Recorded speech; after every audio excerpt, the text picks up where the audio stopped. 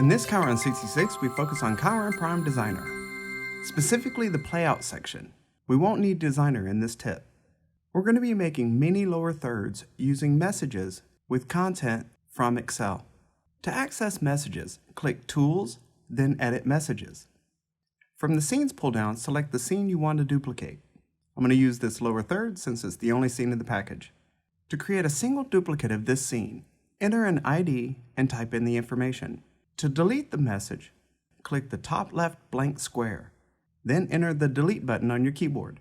Now what if you have many names and need them as lower thirds, and you have all the names in an Excel sheet? Instead of keying them in manually, you can copy the rows, click that same top left blank square, then paste. The duplicates get built as messages, and they're ready to go. And that's how easy it is to create many lower thirds as messages from a simple Excel file within Chyron Prime Designer.